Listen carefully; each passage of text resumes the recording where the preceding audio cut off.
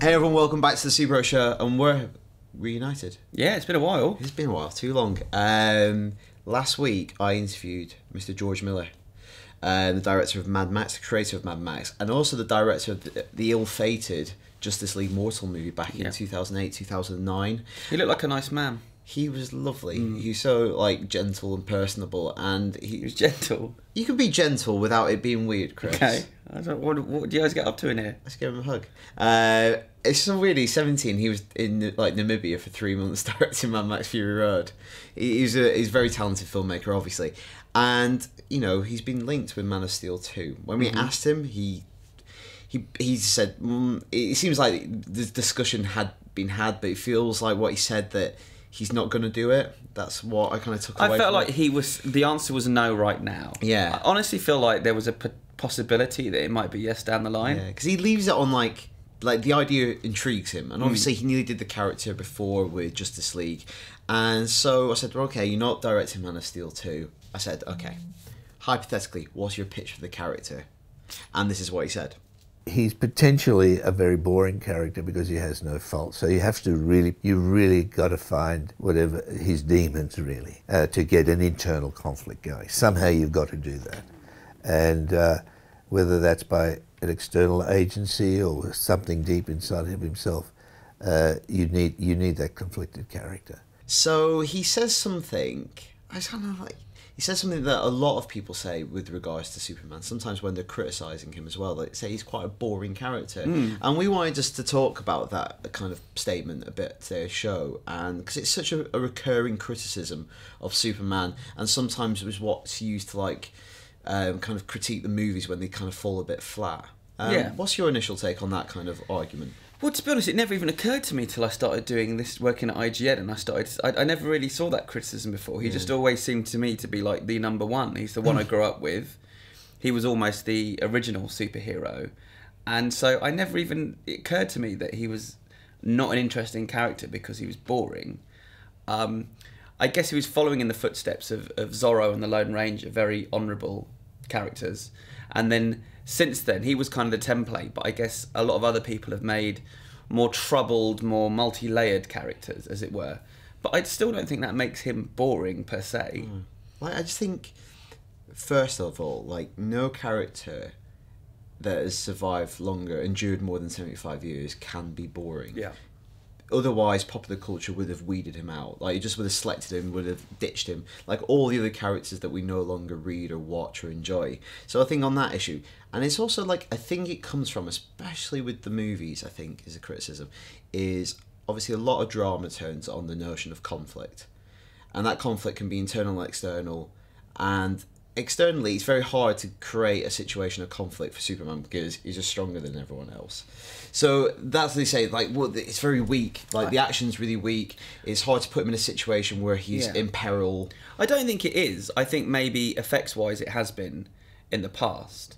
But I think, Kryptonite exists so that he can be made weaker. But equally, you can make villains as strong, if not stronger than him. It's just, I think maybe in the 70s and 80s, they didn't have the budget to be able to bring that to life like they could in the comics. Yeah. But like, there's ways of bringing him down or bringing other people up to make the conflict more believable. It's just obviously not with humans. It's with alien beings. The other criticism, because he obviously they sometimes play up the Christ allegory, that he's just too good. And George Miller goes on to say you need to take that conflict and internalise it and give him some sort of demon. But there's lots of comic book writers who explode that notion. My favourite take on Superman, and I think it's generally reviewed as one of the great Superman works, is All-Star Superman. And if Batman is the great detective, Grant Morrison for me explores this idea that he's the great scientist. Because if travel broadens the mind, nobody is more well-travelled than Superman. Nobody can see more. He is both a microscope and a telescope. He can see faraway stars. He can travel there, and he's incredibly knowledgeable. And he has this like vast museum that he's amassed, and there's all these different interdimensional Supermans, and they really play up this cosmic origin for him. Which, that's how can that possibly be boring? Yeah, no, I agree. And the Burton Batman followed by the Nolan Batman were all about this inner turmoil that Bruce Wayne and Batman have. But Superman, he's the sole surviving member of his race. Like, that's something that can easily be explored if it's of interest, and that's something I think that Zack Snyder has been, and he's almost taken it too far. That he's almost like quite Batman-esque in his kind of seriousness now. Yeah.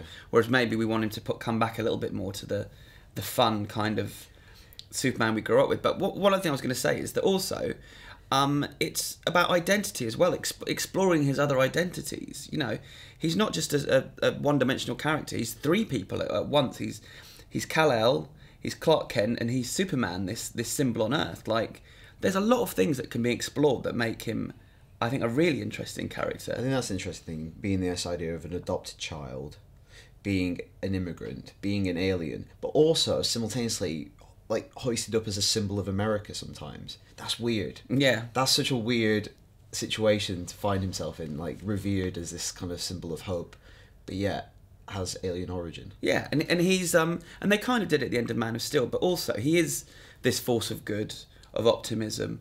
But what you then do is you place a series of moral dilemmas in front of him that make it very difficult for him to know what to do, and that's what makes it interesting and gives him these facets that maybe, you know, someone that just says Superman is boring isn't really thinking about. Yeah, and there's some other good comic book writers really kind of like explore just how ridiculous it would be to be an actual kind of messiah-like figure. The fact that you could hear everyone constantly.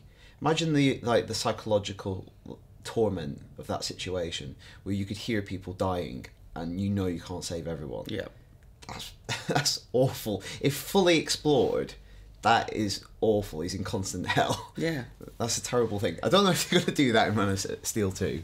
It's just how you tackle it, though, isn't it? And I think you're right. Maybe in the movies they haven't. You know, the Christopher Reeve movies, much as we love them, it was a pretty simple take on the character, wasn't it? Where the comics have spent decades and decades. That's the thing, in the comics, because they're running for so long, you really have to dig deep and explore these dark corners, where I think with the movie you're... Yeah, Superman 2, you got a little bit of it, but that was it. And Snyder's doing it, but, you know, maybe not in a way that we were enjoying so far, but it's interesting to see where it goes next. And I feel what's not helped with that is this was originally billed as Man of Steel 2, and it's come around and, you know, people love Batman, and it feels like he's been pushed to the sideline a little bit just so far, but that might not be the case in the movie. And it's got me really intrigued. He's the bad guy, essentially. Yeah, that's a really intriguing prospect, and that then I don't think you can say it's boring. Yeah. If the best person in the world can be the bad guy, then feared. That's interesting. Who said that? Like, if Jesus came back today, we'd probably just kill him again. That's what happened the first time. That's what happened again. Let's not go down that road. Do religion, not on the superhero show. What do you think about Superman? Is he a boring character? Let us know, superhero@ign.com. Feedback. A simple yes or no will suffice. Yeah. Yeah. We'll do a poll. Who's first up? You go. Okay, I've got two pieces here, I guess, based on things that have come up in my absence. The first is from Joe in Stratford-upon-Avon, who says, as Iron Fist hasn't yet been cast for his Netflix series, would you like to see Dan Stevens take up the role? As there are no Marvel characters going at the moment unless he played an Inhuman. Dan Stevens is blonde and has the Daniel Rand look. And then Mr. Sam from London says, I was watching your show a week or so back when you were discussing what role Dan Stevens would fit to play. I was surprised that neither of you thought he'd be a fit for Netflix Iron Fist role. Yeah, because we're idiots. So yeah, I guess I did interview him and brought up Captain Britain, but it doesn't seem like that's in the works right now, so... The movement starts here. Dan Stevens for Iron Fist? We need a hashtag. Yeah. Fist Stevens. Fist Stevens. Do with that what you will. Yeah. Next up, it's Tim Newton-Howes from New Zealand. I heard today that Taika Waititi was in the running to helm Thor Ragnarok. So obviously this is before it was confirmed. At the time, this is what Tim had to say. I have to say that despite loving his work and being a Kiwi myself, I'm a little concerned about this move. Maybe they want to move away from the overwhelming spectacle and make a more thoughtful movie. Or maybe they're just looking for a different approach. But he has never seemed like the blockbuster type. What do we think? Because we were talking about this in the office the other day. Were we? Was I involved? Yeah, you were. But you were jet lagged, so you might not remember. Like, what is Marvel's motivation? It's an interesting point, because we have seen them take a lot of directors, TV directors that you wouldn't associate with blockbusters, and turn them into blockbuster directors via a support team around them and what have you. But that is a good point. I mean, this guy is very much cinema verite. It's Well, kind of almost anti-blockbuster. documentary style. Like Tim includes some quotes from an interview YTT did a few years ago, where he's kind of saying, "I have hard enough time spending more than $150 on a pair of pants." Like he like railing against the very notion of blockbuster filmmaking. Yeah, he's really funny. I did interview him for What We Do in the Shadows, and he didn't strike me as a blockbuster man at all. His quirkiness. I mean, he's done a couple of dramas. Eagle vs Shark was kind of comedy drama, and then Boy was kind of more drama comedy.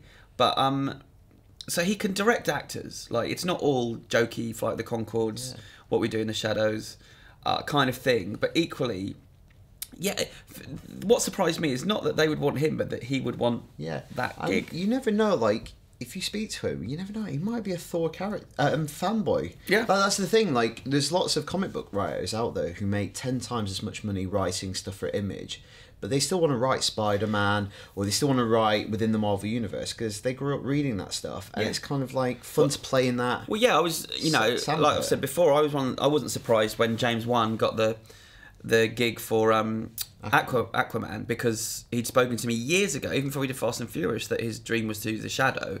And it's like, yeah, it's just because you get put in one box, it doesn't mean that you're not a comic book fan, and you know that isn't the dream gig. It's just gig. how do you get yourself there? And it's not a bad thing, because like it'll raise his profile. Because the star of, like, we'll know Taika Waititi, some people know What We Do with the Shadows, but by and large people are going for Thor 3. How'd you say that name? And then afterwards, if that's a huge hit, which it will be, it'll make a lot of money, he can then make other projects he wants. So it's, And this will have been a long, drawn-out process, because I've heard the Russo brothers talk about this when they got Captain America. That was a series of meetings and pitches, and by the time they got the gig, they were completely ready to make the movie, because they'd made it 10 or 12 times. Honed. Yeah, with everyone that knows what they're doing at Marvel chipping in. So, yeah, it's not as simple as them handing over the reins to a random Kiwi. I think this has probably been a long, drawn-out process that he's won. Similarly, shall we just talk the other director of choice this week? Seth Grahame-Smith was selected to direct the Flash movie starring Ezra Miller. Mm-hmm. Kind of another left field choice, really, because he's written Pride and Prejudice and Zombies. Yeah. He wrote Abraham Lincoln, Vampire Slayer, Yeah. and is working on the script for Beetlejuice 2. That's a kind of a bit of a left field choice as well. So will the Flash be put in some kind of weird historical context? Is he going to be put in the middle of Wuthering Heights? Is that how this is going to work? It seems strange because, Snyder, big established director. Yeah. James Wan made $1 billion movie this year. Yeah. This guy is a well-known writer. He's done a few screenplays. I'm confused. It's a confusing choice. We don't understand what's happening anymore. No. I bet he's cheap, though. I like us. If you think it's a good choice, let us know. Superhero Show at IGN.com. And until next week, for everything on comic books, stay right here on IGN.